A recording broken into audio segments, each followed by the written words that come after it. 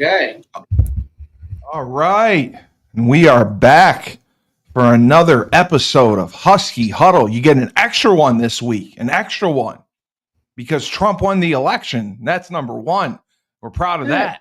Number two, bye week, big game coming up against Syracuse.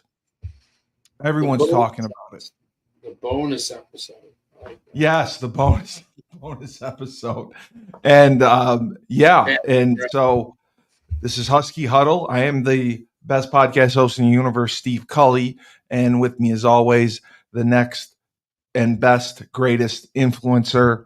Please hit the smash the subscribe button to the Coach Schumann Sports and Entertainment channel. We are up to nearly 1 million subscribers, and that's because nobody covers Uconn sports better than us.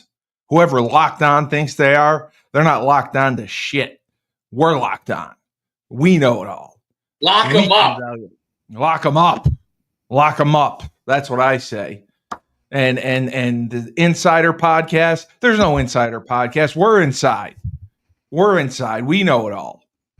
We do. So just remember that. We're the best of the best. And that's what UConn, I want to UConn football. So what's our record now? 8-3? 7-3, dude. UConn football. All right. 7-3. And I was looking back at some of the film, and I was, because I was looking at the quarterback play, because that's been a obvious point of contention throughout this whole year. And Evers he's been hurt, but he has played 8 games.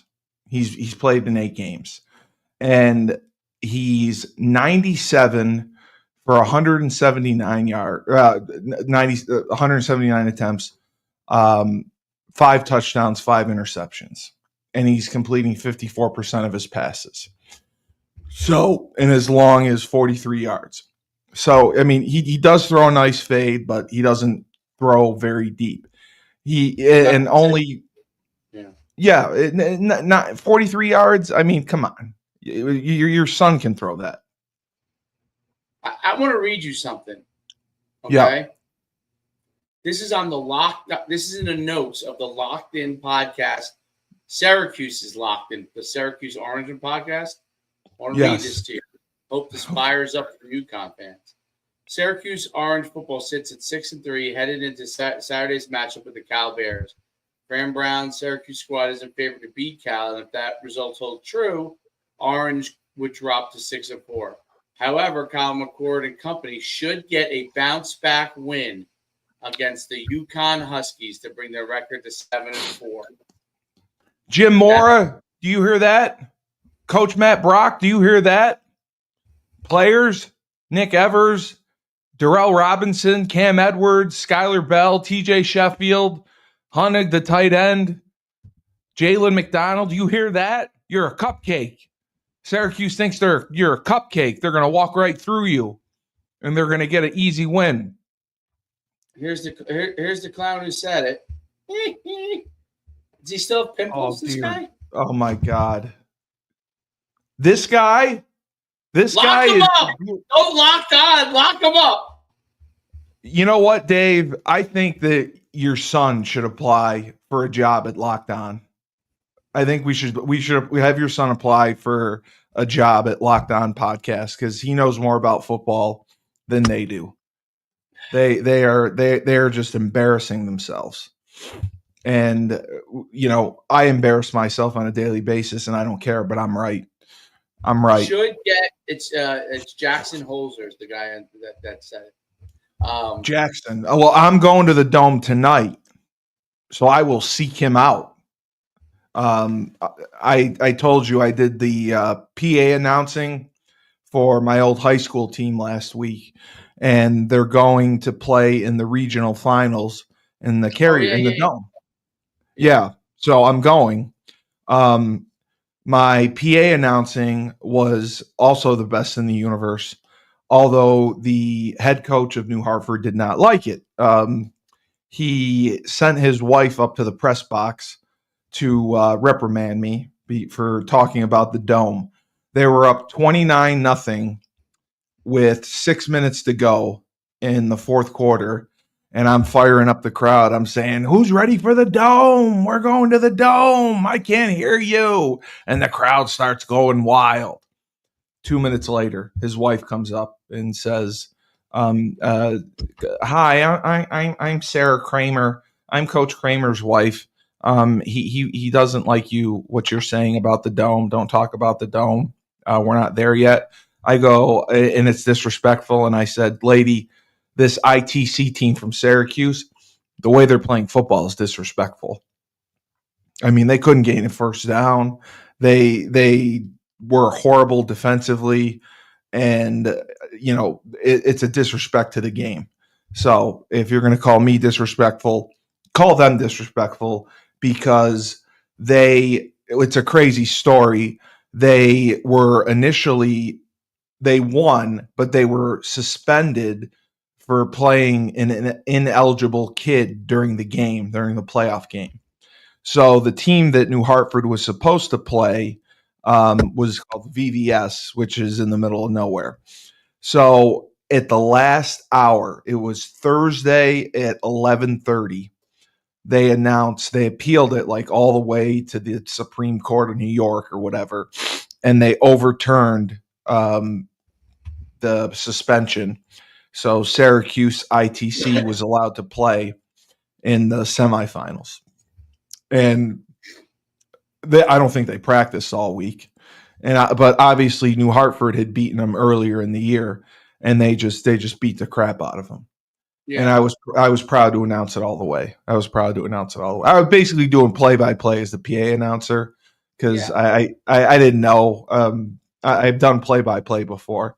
So I was doing play-by-play, and the crowd was loving it, and the parents loved it. The coach didn't, but he's got a little bit of an ego. He was the off. He was to say tackle by John Smith. Yeah, I didn't do that. I didn't know any of the players. I couldn't see. It was dark. I couldn't see. I knew the offensive players for New Hartford, and I would call out the plays. I was like, "Oh, they ran power to the left. Great kick out by the guard. Garcia, the running back, reads the block well, cuts it upfield. Big gain, first down." And then I do the whole. ITC got penalized for like 5 delay games and a holding penalty. So it was 1st and 30. And I said, so it's 1st and Syracuse for ITC. And that went over pretty well. That got a good laugh. So are you essentially, you got fired on your day off? I'm still getting paid for it. But I filled in for Frank because Frank was in the Dominican. Frank's the voice of the New Hartford. He does the PA announcing, yes. Okay. He does the PA announcing, so yes. So he asked me to step in for him, and I don't know that I'll be invited back, but the crowd loved me, and you win the crowd. That's all that counts. You win the crowd, and the coach. Well, the coach thinks that he invented football. He was the offensive coordinator at Utica College, which is a Division III school. Okay. He comes to New Hartford, and he's a gym teacher, and he's turned the program around. But I coached on the last team that won a regional title and went to the state playoffs. That was in 2008.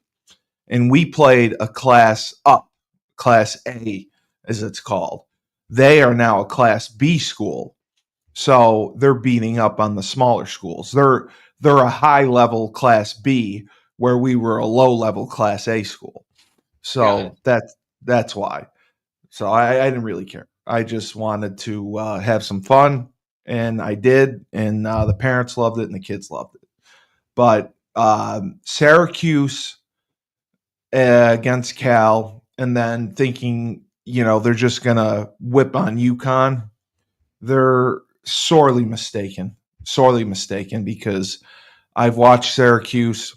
Kyle McCord may be bipolar because he'll have great games and then he'll throw 5 interceptions and have 2 return for touchdowns. So that's why I think, defensively we'll match up with them. Offensively, and that's what we'll talk about, it's going to come down to who we play at quarterback, I believe. Well, who are they going to go with? Have they announced that yet? No, they haven't announced it. And I know that Jim Mora has never benched a starting quarterback during the season. Now, Joe Figliano has played in 7 games, but he hasn't, started 7 games. He's come in relief. I think he started 3. I think he started Merrimack, he started Florida Atlantic, he started Buffalo, and then he started Temple. So he started 4 games. And then the rest was relief duty. So in the limited action that he's had, he's 62 of 110, 3 interceptions, 56% completion percentage. He's thrown for 1,071 yards, 13 touchdowns to 3 interceptions. So what's interesting with Kyle McCord is he's thrown 429 passes, 275 completions, 64% passing, 3,153 yards, 23 touchdowns, but 12 INTs. That's what I'm saying. He's bipolar. But I'm going to give a but here. The but is he threw 5 against Pittsburgh. Yes. So of those 12, 5 are against one team. Correct. He's been their saving grace. Are they really? They really must not be. I mean, against Nevada, Las Vegas in a win in overtime. Overtime, right? 40 for 63. Yeah. 355, 3 TDs. Holy crap! Yeah. Chuck the ball around. I mean, and they lost to Stanford too. Last year at Ohio State, who likes to chuck it around, the whole year he threw 348 passes in 12 games. He's already almost God. He's eclipsed that by 100 passes, and there's still 3 games left. So that's crazy. That's crazy. And Syracuse typically isn't a passing team. They're normally balanced and they have a strong rushing attack. So it's surprising to me that they've been throwing the ball as much as they have. And I'm just looking at their running game. They don't have the running backs, the horses that they normally do.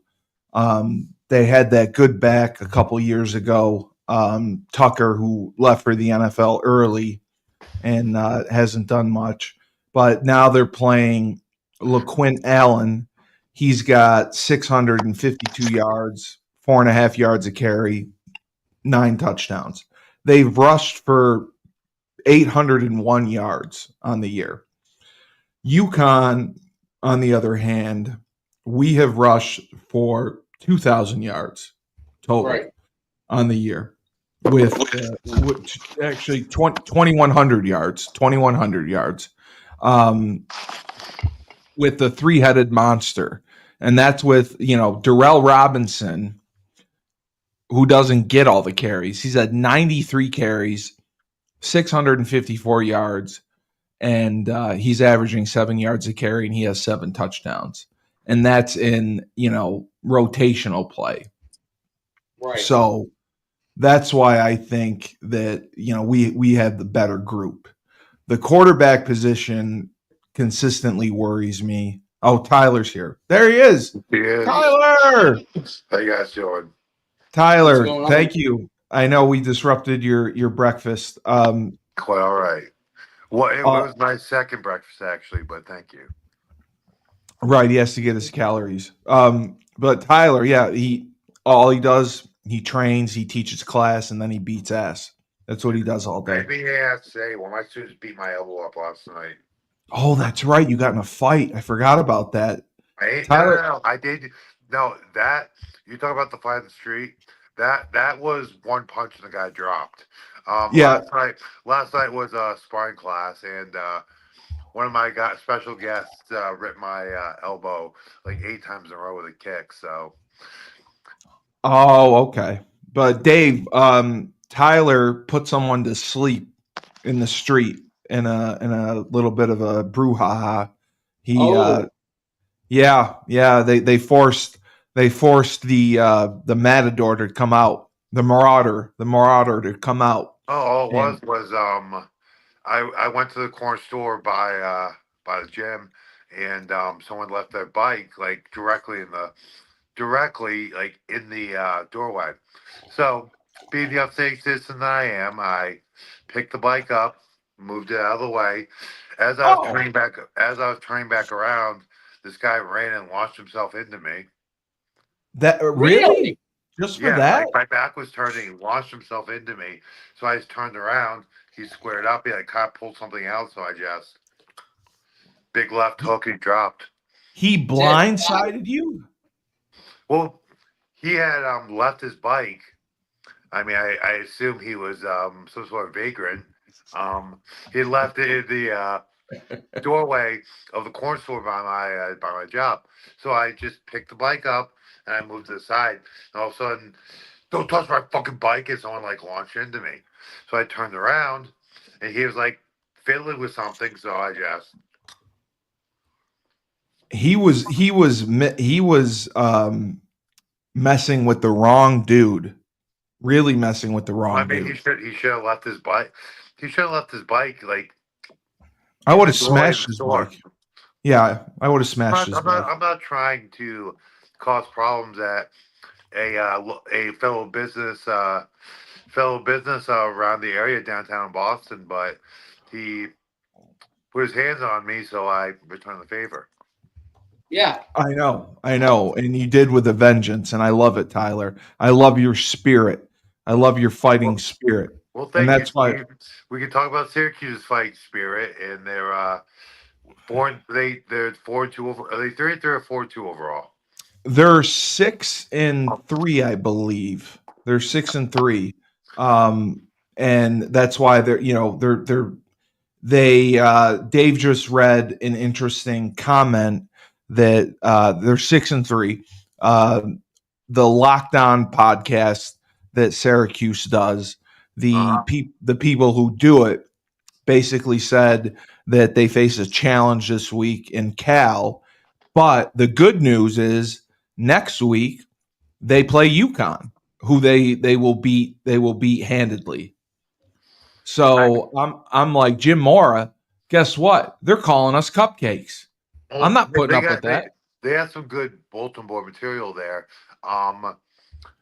The thing that worries me about this game is, looking at their schedule, Syracuse has had their defense hasn't fared very well against some of these more highly touted offenses in the ACC, but they've been able to score. So the only thing I'm worried about at this point is I believe UConn's defense will be able to slow them down. I think we match up pretty well against them. The DBs will be able to slow down their wideouts, linebackers on the tight ends.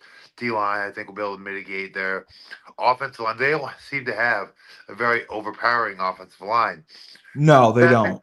With that being said, the thing in this game that worries me as a UConn fan is I don't know if the UConn offense will be able to keep up. I believe UConn's defense will hold them in that area around 20 points. I just don't know if UConn will be able to keep up. Well, that's the debate, and we're going to talk about it. Syracuse is very efficient passing the ball. They have 4 really good receivers. Jackson Meeks has 55 catches. Trevor Pena has 60 catches. Arande Gadsden, he's amazing. He has 46 catches. and LaQuint Allen, the running back, has 47 catches, and they all have over 600 yards. So compared to us, our passing game is really, really substandard. But I don't think it's for a lack of talent, Dave, because Skylar Bell, TJ Sheffield, and Jisiah Gavings, they can play. They just haven't had opportunities to get the ball that often. That's what I see. Well, Syracuse defense is very suspect. They're a team. They'll give up points as much as they'll score. I think. Correct. I think UConn's going to have the ability to run the ball at them. I think they'll be able to throw against them if they go with Joe. Yeah, if they go with Joe, I think they'll be able to throw the ball on them. Defensively, I think UConn could pose a problem for Kyle McCord because they're more similar to Pittsburgh. They are. I'm not saying alignment or anything like that, but the type of personnel, a lot of athletes running around, right, that could cause havoc. And I think that's Kyle McCord seemed to have a problem where he didn't know where the defensive players were going to be, right, and that's where he was throwing the ball to Pittsburgh, and that's where he really. What I saw that was interesting, and must be what Brian Day saw, which is why he gave him the boot and told him to transfer, was that if things go downhill for him, they go downhill, dude. I watched that Pittsburgh game, and it was comedy almost. Kyle McCord, it was like one of the when it's like the old days when UConn was bad for a long time. I used to be like, okay, how low can the attendance be? I would go wide. I'm like, it was like game you'd play because you had nothing to go. I'm like, can UConn get their attendance below 10,000? Yes, they can. Yes, they can. At one point, you know what I mean? So, because when you didn't have much to root for, I got to figure out something to see that would make me entertained. The same thing with Syracuse, right? I was watching that game. I could care less who won that game, right? But I was just watching it just because from an entertainment standpoint. And when he started throwing picks, I'm like, how many picks to the house can he throw in a game? I was actually rooting for more picks. He ended up throwing 5 of them, which shocked me. And weren't 3 return for touchdowns? 3 to the house, dude. 3 to the house. So now his coach, I think, is a really good coach. He kept encouraging him. Fran Brown did not take him out. He kept sticking with him. Yep. He kept, basically chalked it up to anyone could basically have a bad day, which is obviously true. Very true. But I think with this could be a game potentially that the 3-5 could be made for. It's built for this, for the receivers they have and how they throw the ball. The only concern I have is we seem to play quite a bit of man coverage.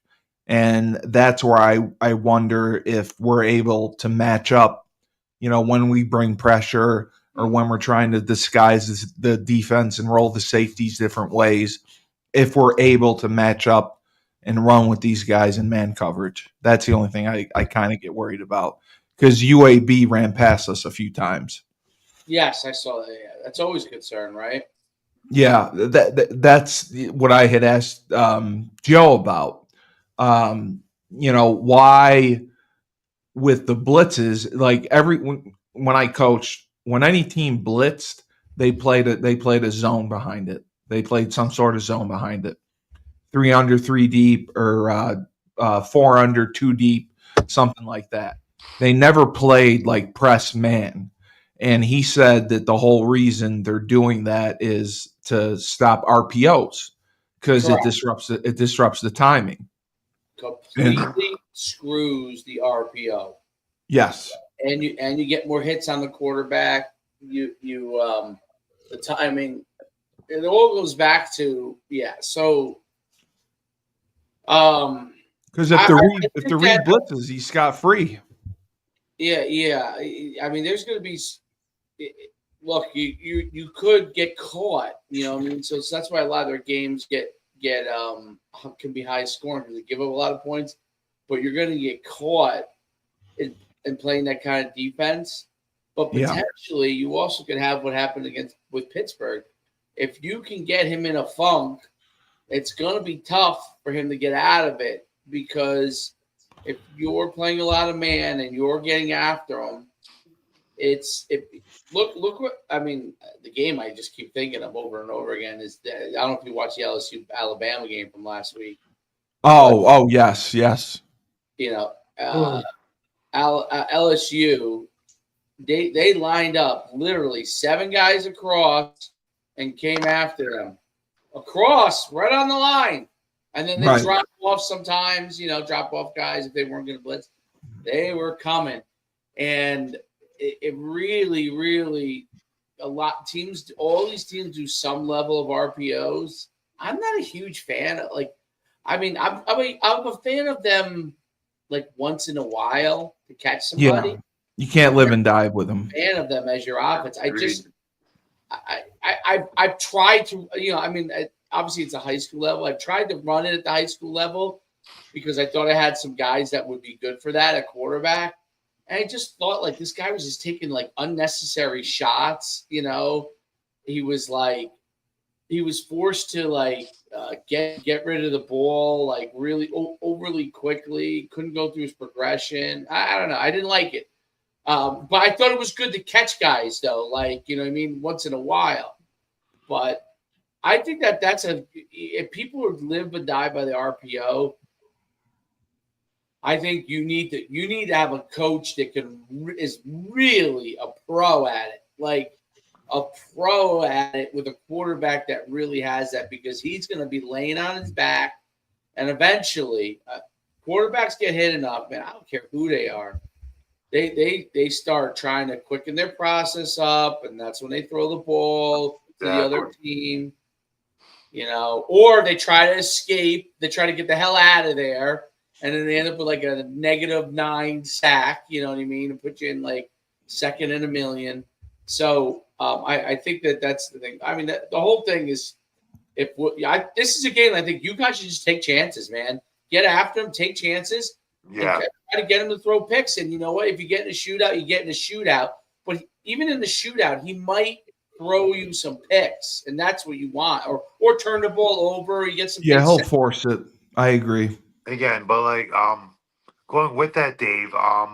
Does UConn have the personnel or the offense, or even to get into a shootout? I think in a shootout they will kind of be at a disadvantage. Kind of going back to what Steve said. And I'm a little unfamiliar here. If they have, I don't know. You said they play the majority of man. This would be the game to play a 3 deep coverage with a rover and just send everybody else. Yeah, and they do similar things like what Dave was talking about, what LSU was doing. They'll line up 4 guys to like the right side. Alabama, I'm sorry. They'll line up 4 guys to a side and then drop off or then bring them. And that can be confusing. They can get you into your checks and get you into the wrong play, drop off. Now all of a sudden, you call it a quick game and they're dropping 8. So exactly, you're screwed. So I totally see that. But like Tyler said, for us to keep up in a shootout, we have to play Joe Figiano. I can't believe I'm saying that, but we have to play him. Like Nick Evers is not efficient enough. He's not putting up the numbers. He's not that guy. He can't. He's not that guy.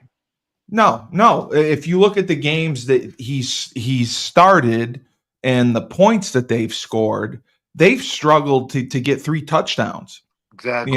It's 17 points, 14 points, and Joe, at least, I mean, I know it was Merrimack. I know it was Florida Atlantic. I know it was Buffalo. 40, 40, 40, and he tied the record or broke the record with 6 touchdowns in one game. Yeah. So exactly. I think that as long as you tailor the offense to that, you have to remove a lot of the zone read game because he's not the best runner. He'll get you a couple Love yards. that zone read game though. I like it to an extent. I like it when I was at Colgate, the way we ran it was a midline zone where it was an A gap. The aiming point was the A gap. Yeah. And the read, we didn't read players. We read gaps. So A gap, B gap, C gap, D gap. So whoever showed up in the gap was the read. So if there was a line stunt and the linebacker came, the linebacker was the read. And there what was called a hard pull and a soft pull. Not in the way that you're thinking, but a hard pull and a soft pull. A hard pull was if we were reading the 3 technique and the 3 technique comes in, tackles the running back. Now the quarterback replaces the running back and goes north and south. Whereas a soft pull is the defensive end closes, tackles the running back, the quarterback takes it and runs around the edge like a typical zone read. So we had soft and hard pulls built in. So I think they can't do that. They have to get back into the pistol set that they had success with Darrell Robinson, Cam Edwards, Mel Brown. If you're rating our offense, they're an A+ group. They're obviously the best group on offense. I think our offensive line, we're getting healthier. I think they're a B+ group. I think they're good in the run game. When they're asked to do a little too much with the outside zone because teams just know it's coming.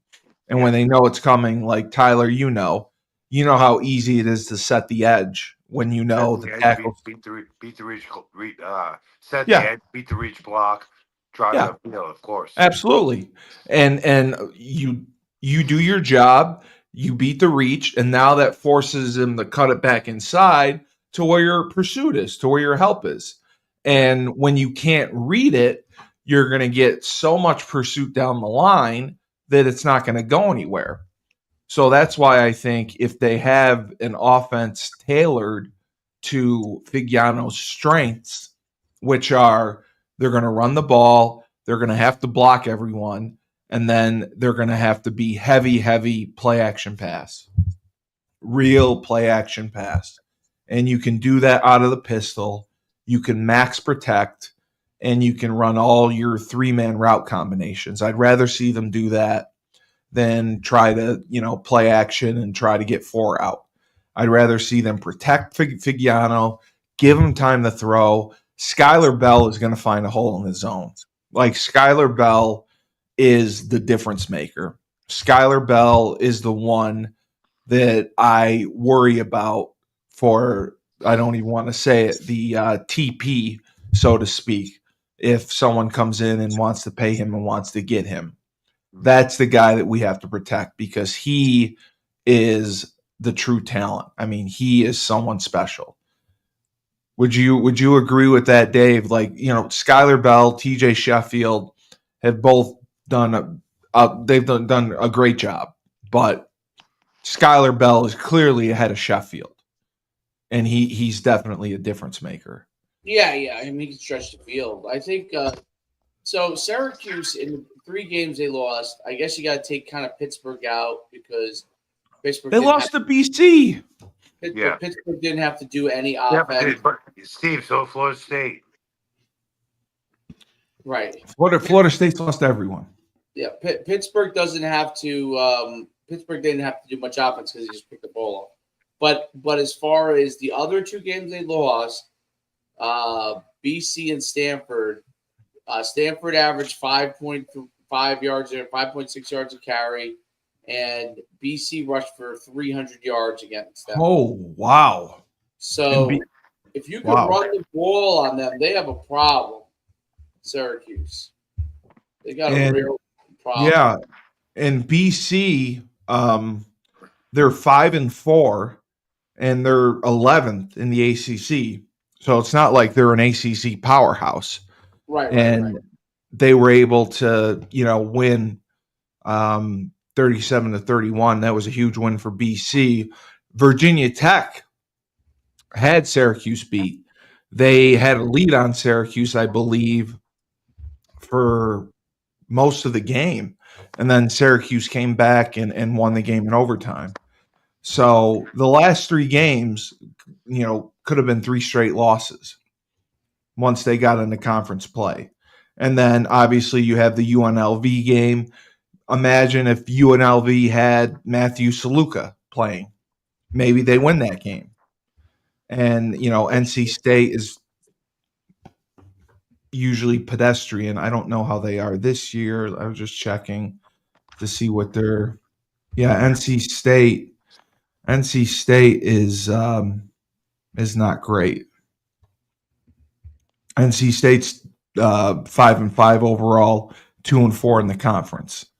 So yeah, so they haven't played anyone spectacular. I mean, the big win they had early on was Georgia Tech, who was ranked, and Georgia Tech didn't they just upset somebody, or they took it to somebody? Yeah, they beat Miami. That's what it was. That was their big upset. They beat Miami after losing to Notre Dame and losing to Virginia Tech. So it's just crazy to look at it because the ACC standings, SMU is number 1 right now. SMU is 8-1, 8-1 overall, 5-0 in the conference, and Clemson is 6-1, 7-2 overall, and Miami's now 9-1. But on the outside looking in because of the tiebreaker situation. But I mean, do you think that? Do you think if I don't know how much you know about the ACC? Do you think that Miami is the best team in the ACC? From the limited amount I've seen, I would say they are. Obviously, the tiebreakers in the new college football playoff come to play here. But even just traditionally, Miami will always have better athletes. And I think it's pretty evident when you look at the gameplay this year. Who's their one loss to? Miami's one loss was to Georgia Tech. Yeah, so there's a tiebreaker right there. In my opinion, yeah, Miami is the best team out of those 3. They just have to sit back and hope Georgia Tech drops one. Right, with only a couple games left. Yeah. So it's going to be interesting to see how it shakes out. But they still have their rivalry game. They still play, or have they played Georgia yet? No, I think that's at the end of the year. And that's one of those, rivalry games you can kind of write off. Auburn, Alabama, right? You're right. Yeah, but like you look at rivalry games, and there's usually something more there. It's probably the best chance Miami has to slide in there, getting Georgia to beat Georgia Tech. But gotta see how the season plays out. Yeah, I'm looking at Georgia Tech right now to see. Yeah, they have not played Georgia, so I think that's the last game of the year. So that's the big rivalry game's the last game of the year. So Dave, if you're looking at the offense, how would you grade out the position groups? Between Uconn and Syracuse, I would say Syracuse is probably. Just Uconn. Just if you're grading the position groups. We don't want to compare and contrast. Not yet. Okay. Uconn QBs, I would say C+. Running backs, right. I would say A-. Offensive line, I would say B. Yeah. Wide receivers, I would say B. Let's see. Tight end. Tight end's been pretty good. I would say B plus. I do like their tight ends. I think the receivers are better than a B, but the production is not better. Production's not right. Production, Yeah. it may not be their fault. You know what I'm saying? Exactly. Yeah. It definitely is not their fault. Tyler, what about you? If you were grading the position groups of the Uconn offense? I go pretty similar to Dave. Running backs, I give them a solid B plus. Quarterbacks, it's kind of the two-headed monster. I'd go probably. I don't want to say B. Somewhere between a B and B plus. They both kind of play a specific role, so they seem to have filled those roles fairly well. And again, it's been a bit of a two-headed monster. Um, they will kind of go with the hot hand or the style of the game. The way that it was Evers or Fagiano that played the majority of the game at Temple. It was Figiano. Yeah, exactly. He So struggled against Temple. he did struggle, but he kept them in it. But He did. so I actually take that grade back. I give him a B to a B minus at quarterback. Offensive line, I think has kind of they've exceeded expectations. I'll give Yeah. them I'll give them a solid B to B plus. Yeah, that's about it. Yeah, I think they've been playing fairly well and fairly consistent up front. The quarterback thing is the only one I disagree with you on. I don't think it's a two-headed monster because we just haven't seen enough out of Evers. We What do you haven't seen say? Are you talking about in terms of playing production. time or Production. production? Okay. Well, Yeah. again, I think part of his issue is he hasn't been able to get into a rhythm. Like That's true. he's seen a He lot of spot. He's seeing duty here and there, spot duty. They're not quite platooning it, but they're giving him playing time. You know what I'm saying? Yeah, well, I mean, he's the starter. I mean, he was anointed the starter. So when he's been injured, Yeah. they always go back to him. Yeah. And when they've gone back to him, he just has not produced. 5 touchdowns in 10 games is very, very poor. That okay. I actually I repeal my score, give them a C plus.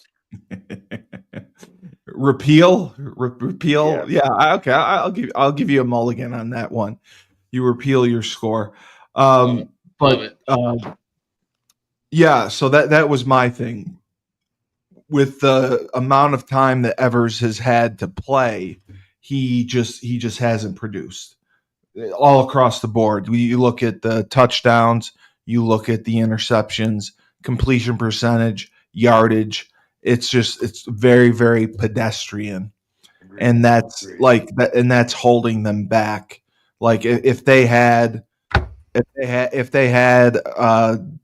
Bonaslawski, even I'll go back to him. I mean, if they had a Zach Frazier at quarterback, this could be a 9-1 team or 8-1 team, something like that, Did or Bones 9. ever start a game? Yeah, he started for a little while. Yeah, Okay. yeah, he did. But yeah, that's kind of how I feel about it. If we had that kind of point guard to distribute, because we have the playmakers, we just got to get them the ball more. And I think if they design, they get a little more in the screen game to the receivers, and to the running backs. They don't do a lot of that. They started to implement the nakeds, which I liked, which I thought helped, and the play action passing. That will make the offense go succinct. Agreed. So Now I apologize, Dave. Looking at the mighty Orange of Syracuse, okay, and we'll just go statistically and grade them, their position group wise, starting with their quarterbacks. How would you grade them out? I would say the quarterback has been A minus for them. Yeah, McCord. Yep. Running backs, I don't really know enough about. I mean, it doesn't look like it's anything phenomenal. I just kind of give them a B, I guess. Yeah. Offensive line has been very good for them. I would say that's probably probably a B plus, something like that. Yeah.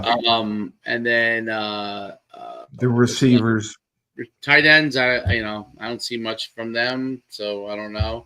I'll say B minus. And then receivers, obviously excellent. Yeah. They did a phenomenal job. I would say those guys are probably a B plus, A minus at minimum. So if you look at the grades from offense versus offense, to me, Syracuse has a slight edge. Yes. Yes. Yes. Especially a quarterback and receiver. Yes. But if we flip it, then we go to the defensive side. I think that I may view it a little differently. And that is exactly what I had wanted to take a look at.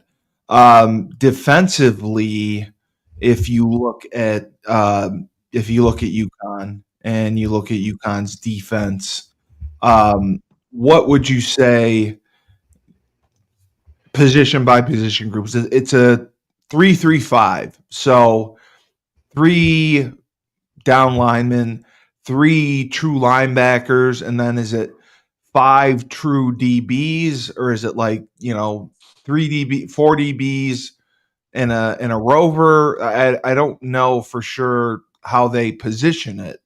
The rovers like their own category, kind of. They're okay. They're like when you get an Arnold Palmer, half iced tea, half lemonade.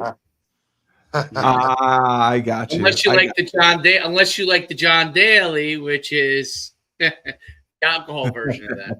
But yeah, the John Daly. Yeah. So, looking at UConn defensively, if you're grading them by position group,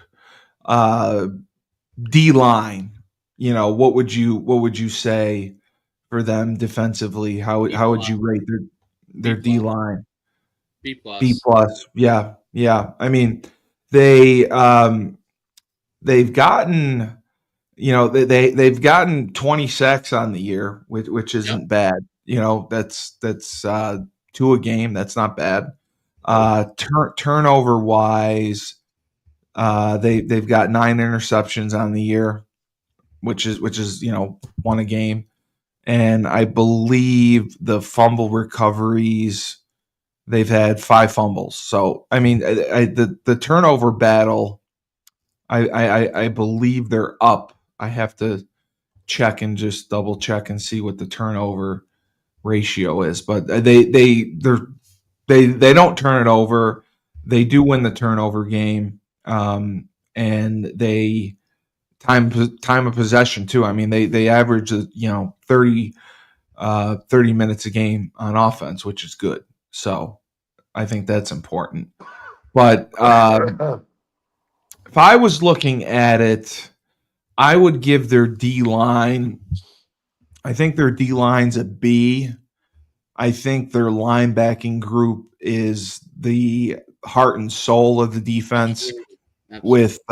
With Jaden McDonald and Tua Brown. The I can't say his name, but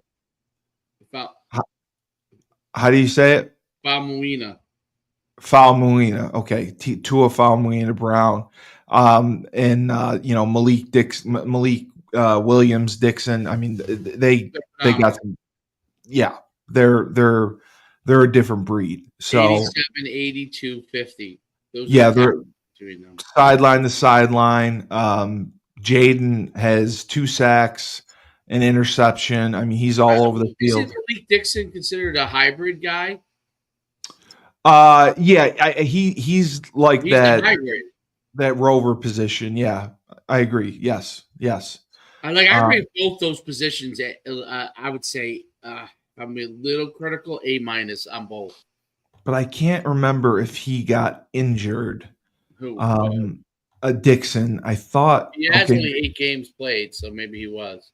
Okay, so he was, and they did get him back. He played against UAB.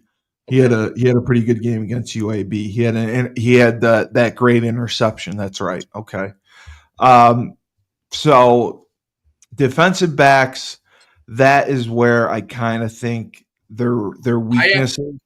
I have to jump off to another podcast right now. So you got Maria. Go ahead. I'm gonna let you guys continue. Okay. Yep. Yeah, go ahead. You got Maria. I forgot.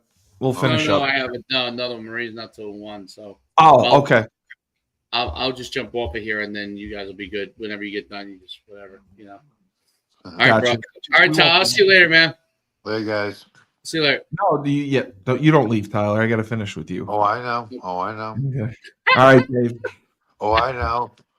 Take care. I mean, you gave me a solid 20 minutes of prep for this one. So no, dude, that's how we roll. It's all on the fly. It's all casual. We know enough about UConn football. We lived it. We breathed it. We played it.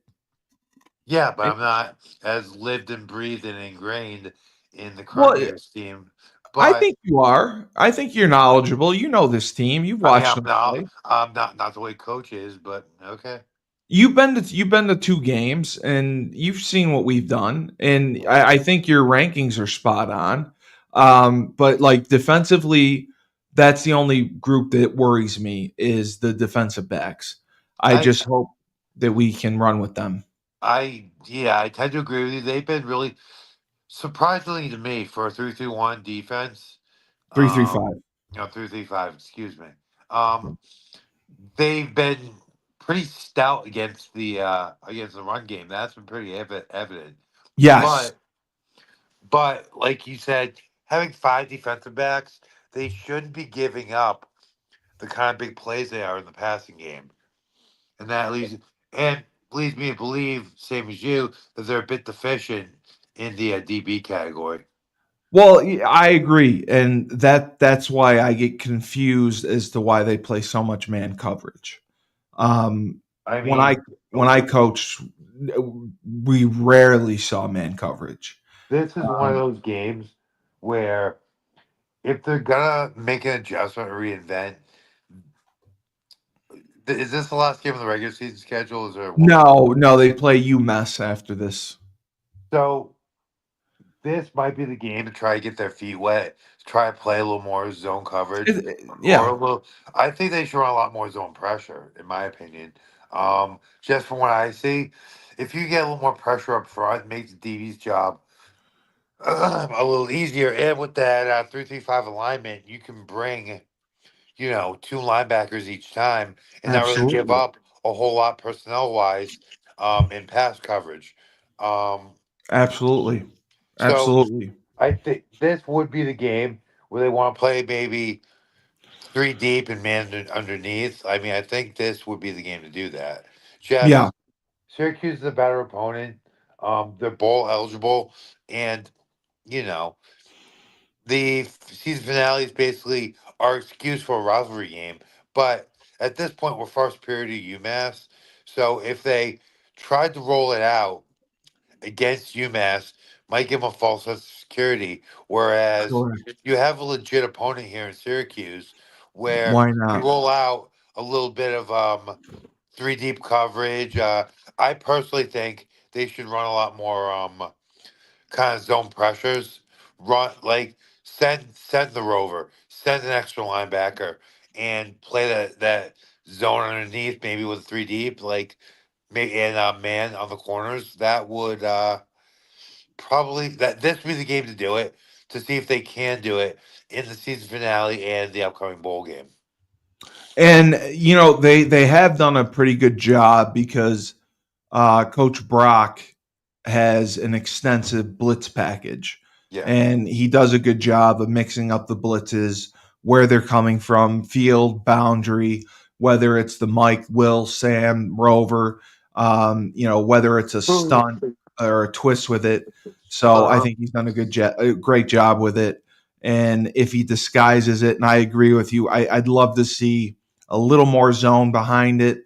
I don't know if Syracuse does a ton of RPOs, but that'll tell the story. I don't know that we can win this game and play man coverage doing it. That's my concern. So if we're able to blitz, play zone, control the time of possession, keep the ball out of Kyle McCord's hands, I think we do have a good chance to win. Yeah, agree. I agree. This is the last real test of the season. Yeah, it is. It's their Super Bowl right here. This is their Super Bowl. I wouldn't go that far saying well, the bowl game. Yeah. Yeah, exactly. But winning this game will do a lot as far as recruiting and national respect.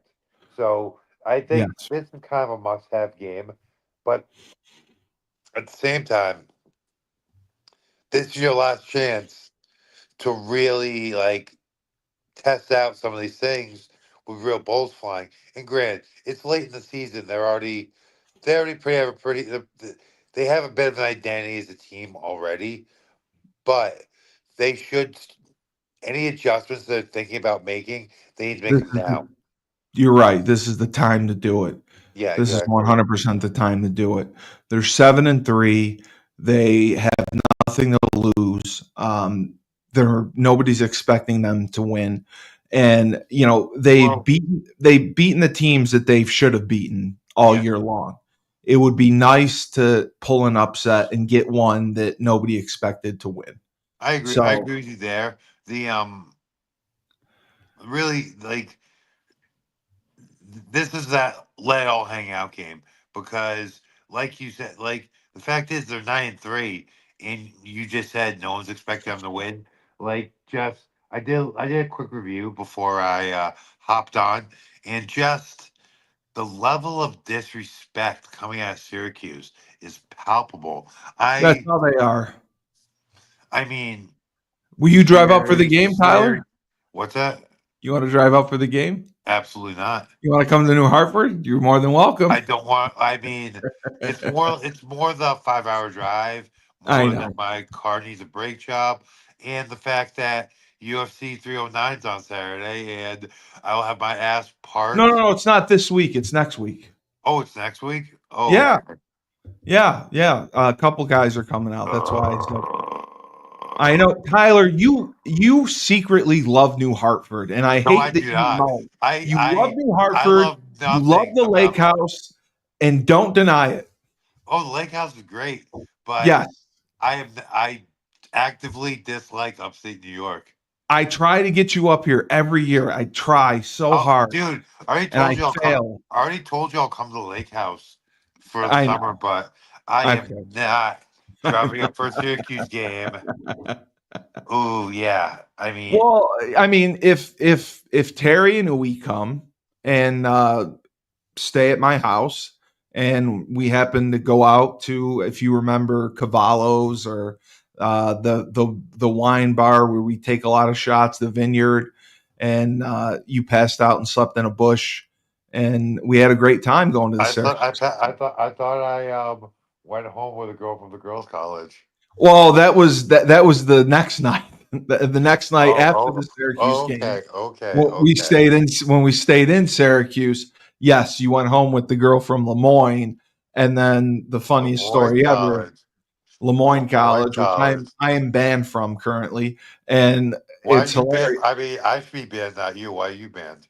I am banned because it's a gated college, and I couldn't find the entrance to drive through, and I was shit-faced, and I just drove through the fence and drove up the lawn and just tore it all up. Yeah. Steve, we're supposed to be doing a Uconn podcast here, not memory lane debauchery. I'm just telling it like it is. That's all. Hey, we're here to entertain, and that's entertainment. So yeah, that's why I got blamed. That's why I got suspended or banned. Man. Then went from Lemoyne College to the San Diego Chargers, which is the greatest story ever. I still can't get over that. You come here, you party with us, and then you're in this girl's dorm at Lemoyne, and you get a call from your agent saying that you're going to San Diego, and you fly out of Syracuse to go there. Did I? think, yeah, you did. You didn't have time to go home because it was Sunday. You had to get there. I remember because I believe that I had to get your car or move your car. That was that because I think your car was at my house. And then we drove to Syracuse. I remember that. But yes, I remember that vividly. You have legendary stories. So that is a legendary story. I forgot. I forgot that I was at Syracuse with y'all before I got signed to the Chargers. So thank you for that, Steve. I was the cause of that. See, I bring good things to you. Clearly. All right, so we will sign off, and then we gotta talk MMA and the Jake Paul fight. I'm excited about that. And are you good to go? 10-minute break, or what do you think? Could you start at 1? Yeah, I can Yeah, start we'll at do 1. that. I'm gonna run to the. Actually, let's make it like 12:45. All right, yeah, just text me when you're ready. I'm all set anyway. Do All that. right, Talk to you soon. hold on. For Okay. Tyler, the Marauder King, all he does is train, teach class, and he beats that ass as he did the other night. Injured his elbow. It injures his elbow. He injured his elbow, but he beat that ass. He put someone to sleep with one punch, I didn't and put anyone to sleep. he still got it. He still got it. Got it. That's fair. And what would you like to say to Matt Hamill? Nothing. I mean, You usually have something to say to Matt Hamill. Just you can dude, tell him. honestly, you know what? You still would have lost to John Jones, even if 12-6 elbows had been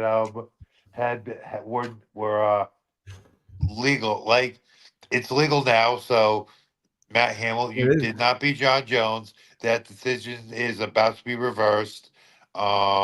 He's got a movie made about him. They made a movie about his life. Did you see that movie? I did. Were you impressed with the production value?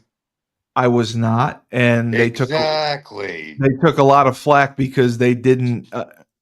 Oh my God, Brian Feely just said he beats ass, but does he know what the fastest land animal is, though? Cheetah, obviously. Cheetah, isn't it? Brian, is it the cheetah? If you could respond, I'd love to know. I think it's the cheetah. Yes, the cheetah, I believe. Yeah, the cheetah.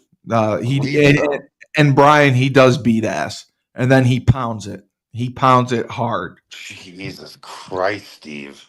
Well, you do. You bring the thunder, Tyler. I mean, that's something to be proud of.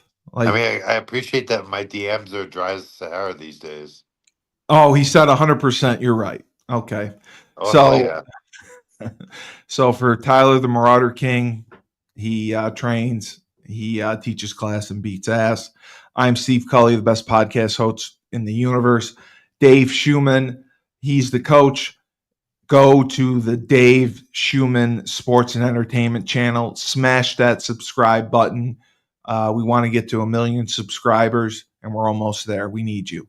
This has been Husky Huddle. Remember, when life gives you lemons, don't make lemonade. Take 2 oranges and throw them back at life. Tune into the MMA report. Next. Yeah.